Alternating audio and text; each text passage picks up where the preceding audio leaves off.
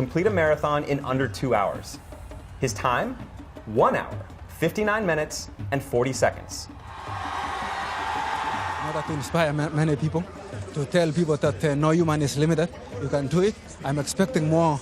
It is a major milestone for athletics, comparable in significance to Roger Bannister running the mile in under 4 minutes. The marathon was staged specifically for Kipchoge, and he was aided throughout by coordinated groups of pacers.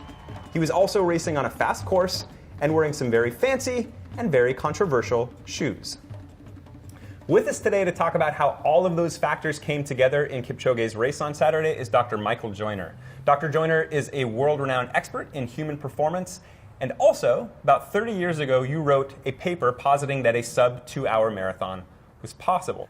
What were the biggest factors that came together to produce this unprecedented time? Right. Well, you have really a truly superior generational athlete who's been very good at distance running for a long time, who's typically never had a bad day in the marathon, but also has excellent times at shorter events. He's run a mile in close to 3 minutes and 50 seconds. So a superior athlete. Mr. Kipchoge trains really, really hard. He's been able to avoid injury over many, many years. So he's been able to be very consistent. So I think you start with the athlete, then the course, a very flat course with minimal turns was helpful, and then the pacing scheme that they used, and also the shoes. It was Kipchoge's second attempt at breaking the 2-hour barrier. The first came in 2017. At the time, we examined what it would take for somebody to break the 2-hour barrier in our first episode of Almost Impossible by inviting Wired staff members to try running on a treadmill at 2-hour marathon pace. And it did not go as well as we'd hoped. That's impossible. He did manage to finish the marathon faster than anyone had in history, but he still came short of his goal. Fast forward 2 years, and Kipchoge has pulled it off. So I was just kind of really in awe of the whole thing as I watched him do this, but it really, frankly, was not that surprising based on what we'd seen a couple of years ago. After what we saw in 2017, I was pretty confident he would do it, barring misfortune, getting tripped, a cramp, something like that, and if the weather cooperated. A lot of people, including myself, felt he would have done it in 2017 if it had been 5-10 degrees cooler. So I was mostly focused on just this tremendous sense of rhythm and tempo I saw, and the tremendous effort he was putting forth, and at the same time, his ability to relax. What are the major takeaways from Kipchoge breaking 2 in Vienna? Well, really standard stuff for any athlete. You need to be consistent. You need to learn how to manage your effort, and you need to learn how to put forth great effort and relax at the same time. Then there are larger logistical lessons that could be adopted by other marathons in terms of getting an optimal course, improving the field, running the course at the right time of day under good weather conditions that could lead other people to run very, very fast marathons in the near future. Why isn't Kipchoge's performance in Vienna eligible for world record consideration? I think there are two main reasons. The first is the pacing strategy. The pacers did not start the race with him, and the fact that they drifted in and out or came in and out in shifts was one real problem in terms of a record. The second is that water was handed to him by people riding bikes versus having to stop at the aid stations and grab the fluids. So those would be the two of the main reasons that it was not record eligible. On top of being a tremendous athlete, Right. he was also running this at an exhibition event. Correct. On a fast course with some pacers and some shoes. Right. Let's go through each of those one by one and talk about sort of Right. what kind of impact they might have Yep. had on this already phenomenal athlete. Right. So let's start first with the course. This was an exhibition event Right. staged specifically for Kipchoge. And what does that mean? That just means no other people were doing the race with him? No other people were doing the race. They actually had a window of days so they could and time so they could wait for good weather. They had a good weather on the first day of their window, so that worked well.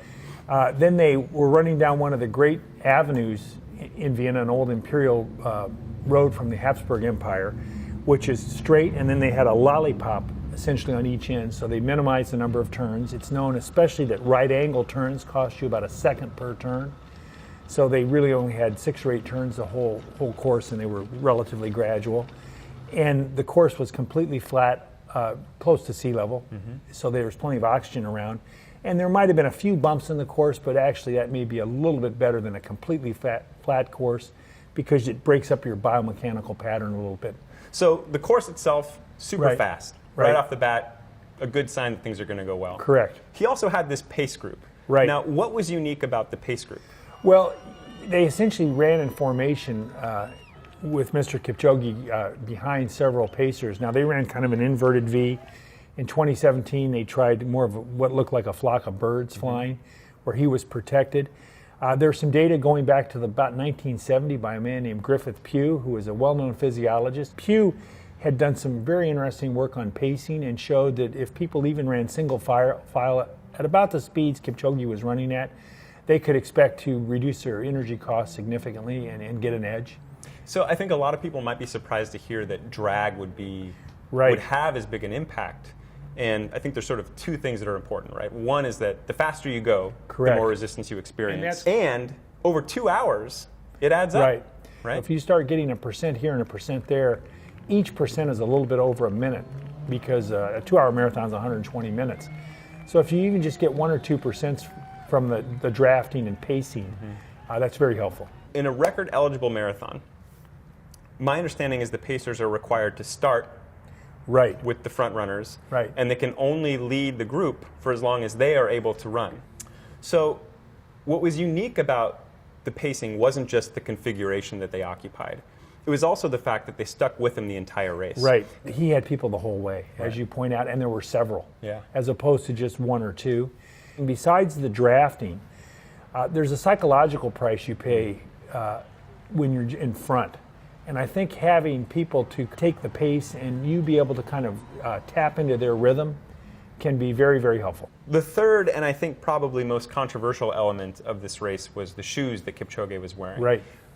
In 2017 at Monza, he wore a special elite version of a shoe Nike calls the Vaporfly 4%. Right. And that 4% refers to how much more economical the shoe is purported to make runners. The shoe he wore in Vienna, he'd never worn in a race. Right. And is faster even, supposedly. So this raises this question of technological doping. Right. Is that something that people should be legitimately concerned about? How big of an impact do you think it had in this race? So what's novel about the shoes is that they have a carbon plate in the midsole. And the carbon plate in the midsole is thought to be able to make the runners more efficient or more economical as a result of capturing more of the recoil from landing and then pushing off.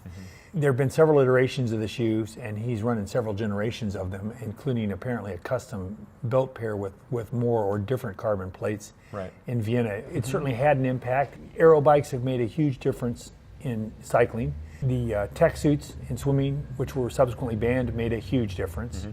And really, maybe the best analogy are so-called clap or slap skates in speed skating, where there's actually a hinged skate that permitted people to get a bit more push-off and transfer more force, which revolutionized speed skating.